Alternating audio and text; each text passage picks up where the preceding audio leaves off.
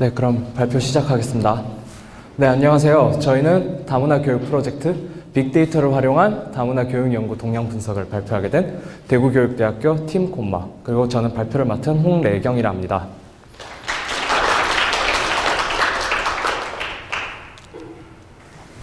네, 우선 목차를 살펴보시면 저희는 서론에서 연구의 필요성과 목적, 그리고 두 번째 문헌 연구에서는 한국의 다문화 교육 연구 및 문헌 분석, 그리고 토픽 모델링이 무엇인가에 대해서 자세하게 설명을 드리겠습니다. 그리고 세 번째, 네 번째에서는 연구 방법 및 절차, 그리고 이 절차를 통한 연구 결과, 그리고 마지막으로는 이 연구 결과를 토대로 하여 결론 및 재현에 대해서 발표를 하고자 합니다.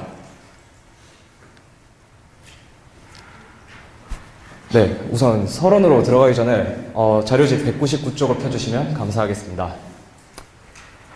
네, 현재 우리나라의 다문화 가구 수는 27만 8,036가구입니다. 이는 전체 가구의 1.32%를 차지하고 있고 현재도 다문화 가구는 계속해서 늘어나고 있는 추세입니다.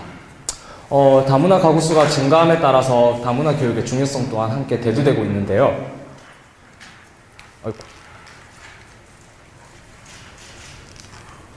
네, 하지만 현재 시행되고 있는 다문화 교육에는 몇 가지 문제점들이 존재합니다. 첫째로 학교에서 이루어지는 다문화 교육은 다른 문화적 배경의 학생을 대상으로 한국어 그리고 문화교육 중심이라는 점, 그리고 이러한 교육을 받는 학생들이 열등할 것이다 라는 부정적인 낙인 효과를 가져오고 있습니다. 그리고 마지막으로 기존 한국인 학생들을 대상으로 한 다문화 이해 교육이 단순히 그 다른 문화를 이해하는 수준에만 그쳐 비판적 성찰을 가져오기에는 충분하지 못하다라는 문제점이 있습니다. 네, 그래서 저희는 이러한 문제점들을 살펴보면서 그렇다면 이러한 문제점은 왜 생겼는가에 대한 원인을 규명하기 위해서 현재까지 이루어지고 있는 다문화 교육 연구 문헌을 종합적으로 분석을 하고 이 분석을 통해 유망 및 세태 키워드를 규명하여 다문화 교육이 좀 더 잘 이루어지는 방향을 제시하고자 하였습니다. 네, 그래서 본 연구의 목적은 첫째, 국내 다문화 교육 문헌을 이용하여 연구 동향을 도출하고 둘째, 다문화 교육의 유망 문헌 주제와 세태 문헌 주제를 도출하고 마지막으로 유망 연구 방향을 제시하고 재현을 하고자 합니다. 네, 그래서 저희가 다문화 교육 동향을 파악하기 위하여 다양한 문헌을 연구하여 보았습니다. 네, 앞에 보시듯이 우리나라의 다문화 교육의 시기는 크게 4시기로 나누어집니다. 우선 맨 처음으로 단일 문화 교육 강조기인데요. 이때는 국내외적으로 냉전 사상과 체제 대결로 인해 정체성 교육, 민족 정체성 교육과 단일 문화 의식 고취를 위한 교육이 지배적인 시기였습니다. 여러분들이 한 번쯤은 들어봤을 만한 반공교육이 지배적인 시기였다고 할 수 있습니다. 그리고 두 번째로 다문화 교육 이전기. 냉전시대의 종식에 따라서 다문화 교육이라는 개념적 형성 과정 이전에 국제이해 교육 개념으로 국제화 및 세계화의 추세에 적합한 교육을 실행하고자 하였습니다. 그리고 세 번째로 다문화 교육 태동기로, 이때부터 본격적으로 다문화 교육이 우리나라에 유입되기 시작했는데요. 김영삼 정부의 세계화 선언으로 국제화 및 다문화 교육의 조류가 유입되던 시기였습니다. 그리고 2006년부터 현재까지는 다문화 교육의 준비기입니다. 아직까지 우리나라는 다문화 교육이 완전히 정착되었다고 보기에는 어렵습니다. 그래서 교과 교육적 접근 및 다문화 교육 프로그램, 그리고 언어 관련 문제, 그리고 질적 연구 및 사례 연구가 현재까지도 진행되고 있습니다. 네, 그리고 저희가 최근 10년 선행 연구자들의 논문을 살펴보았는데요. 슬라이드에서도 알 수 있듯이 연구 기법을 보시면 이 다문화 교육을 연구함에 있어서 양적인 방법으로 치우쳤다든지 질적인 방법으로 치우쳤다든지 그 어느 한쪽에 편중된 연구 기법을 사용하는 것이 아닌 다양한 연구 기법을 사용하여서 연구를 하였음을 여러분들도 보실 수 있을 것입니다. 하지만 저희가 선행 연구자들의 논문을 살펴보면서 한 가지 생각이 들었습니다. 그렇다면 이렇게 수많은 연구들이 이루어지고 있는데 우리가 문제점을 규명하기 위해서 이 연구들을 좀 더 포괄적으로 묶을 수 있는 방법이 존재하지 않을까? 그 방법을 생각하다가 저희는 빅데이터를 분석하는 방법으로 연구를 해보기로 하였습니다. 빅데이터라는 말은 아마 여러분들께서도 한 번쯤은 들어보셨을 겁니다. 흔히 말해 방대한 양의 정보의 집합체들을 빅데이터라고 하죠. 하지만 이 빅데이터를 수많은 빅데이터에서 우리가 원하는 정보들을 것들을 바로바로 찾아내기는 현실적으로 힘이 듭니다. 그래서 저희는 텍스트 마이닝이라는 기법을 활용하여 빅데이터를 분석하였는데요. 텍스트 마이닝이란 여러 자료를 한데 모아 컴퓨터 프로그램을 활용하여 이를 정리하고 분석하는 방법입니다. 그리고 이러한 텍스트 마이닝에도 다양한 기법들이 존재하는데요. 그 중에서도 저희는 토픽 모델링이라는 방법을 사용하였습니다. 여러분들이 시험 공부를 하시거나 과제를 하실 때 중요한 자료에 형광펜이나 볼펜으로 줄을 그으시잖아요. 네, 그것과 똑같은 원리예요. 그래서 이 토픽 모델링을 사용하면 중요한 것에 형광펜으로 줄을 긋듯이 중요 키워드들을 뽑아 컴퓨터 프로그램으로 처리를 하는 방법입니다. 그리고 앞에 보시면 사진이 있는데요. 이것은 토픽 모델링의 방법 중 잠재, 디리클레, 할당, 즉 LDA 모형이라는 것입니다. 이는 토픽 모델링의 방법 중 하나로 주어진 문서에서 발견된 특정 키워드 그리고 단어 수를 분석하여 문서의 주제를 예측하는 방법입니다. 그리고 이 LDA 모형의 특징에는 보시듯이 큰 특징이 두 가지가 있는데요. 첫째로는 네트워크 중심성 분석. 네, 단어가 조금 어렵죠. 이 네트워크 중심성 분석을 통해 단어와 단어들과의 관계에서 역할을 분석하고 단어들의 패턴을 분석할 수 있습니다. 이를 통해서 문서의 주제를 도출할 수 있습니다. 그리고 두 번째로 이 LDA 모형을 활용함으로써 질적 분석과 양적 분석이 동시에 적용 가능합니다. 네, 그래서 본 연구 방법과 절차부터는 이종승하고가 이어서 발표하겠습니다. 네, 마이크 이어가는 발표자 이종승입니다. 먼저 자료집 205페이지 잠깐 펴주십시오. 자료집 205페이지 보시면 저희가 연구를 어떻게 했는지에 대한 순서 분석입니다. 간단하게 살펴보시면 NDSL이라는 사이트에서 4,000개가 넘는 논문을 수집했습니다. 그 후 영상 추출 과정, 두명의 정보를 통해서 데이터를 분석했습니다. 더 자세하게 살펴봤습니다. 먼저 저희는 1989년부터 2018년도까지 다문화 교육을 쳤을 때 나오는 모든 논문을 다 읽었습니다. 데이터 분석을 하기 위해서는 초록이 반드시 필수였고, 그에 따라 초록 논문은 유로에서 국내 논문과 학위 논문을 분석하였습니다. 이게 지금 실제로 저희가 분석한 엑셀 화면 중에 일부분인데요.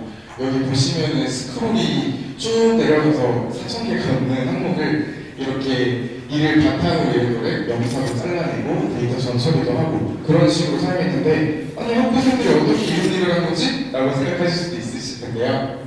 이렇게 파이썬이라는 프로그램 언어를 사용했습니다. 이 과정을 통해서 데이터 전처리 같은 경우에는 형태적 분석을 위해서 영상 추출, 드로머 제거를 했고, 이 과정을 OKT 클래스를 활용을 해서 전부 분석의 노이즈가 없도록 추출, 처리했습니다. 그리고 아까 홍래경하고 설명했던 LDA 모형을 활용해서 문헌 분석을 실시한 결과 뒤에 이제 표 같은 게 많이 나올 텐데 그 기준값도 나오고 핫코피 그리고 콜드코피까지 함께 보여드리도록 하겠습니다. 네, 연구 결과입니다.